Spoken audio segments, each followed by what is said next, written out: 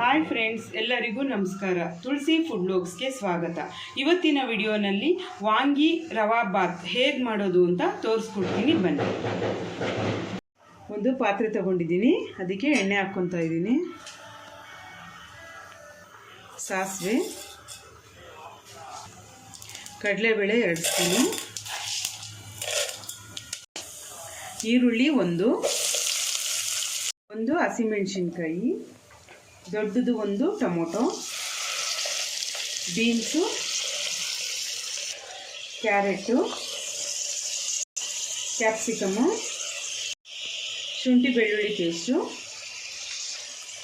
ಇದಿಷ್ಟನ್ನು 1-2 ನಿಮಿಷ ಫ್ರೈ ಮಾಡ್ಕೋಬೇಕು. ಇಲ್ಲಿ 3 ಕಪ್ಪು ನೀರು ಹಾಕ್ತಾ ಇದ್ದೀನಿ.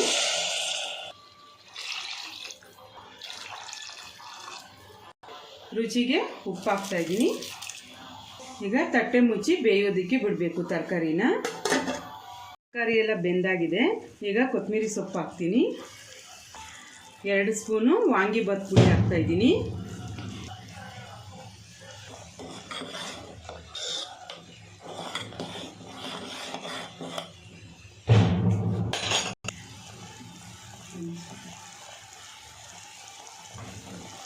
ಈಗ ಫಸ್ಟು ಬನ್ಸಿ ರವೆ 1/2 ಕಪ್ ಹಾಕ್ತಾ ಇದ್ದೀನಿ.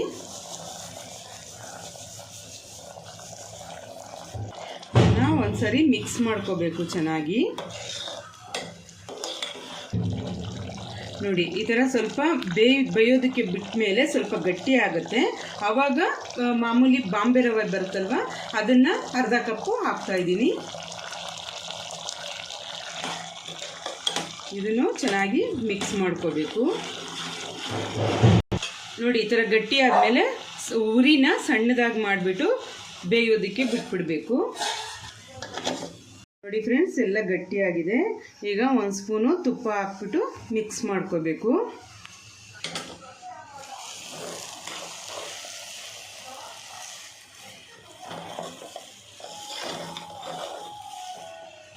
ನೋಡಿ ಫ್ರೆಂಡ್ಸ್, ಈಗ ಇದು ರೆಡಿ ಆಗಿದೆ. ಸ್ಟವ್ ಆಫ್ ಮಾಡ್ಕೊಳ್ಳಿ.